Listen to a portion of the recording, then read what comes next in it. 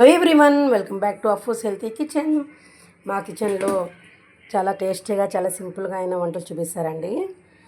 వేడి వేడి అన్నం, ఇదే బ్రేక్ఫాస్ట్, అలాగే మధ్యాహ్నం లంచ్కి పాపకు.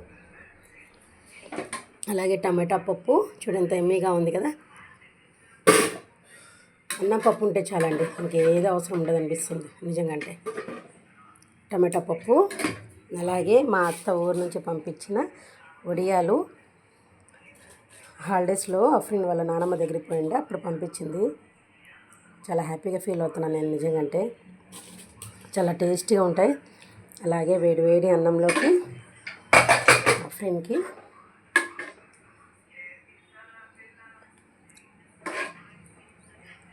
పప్పు, అలాగే నెయ్యి.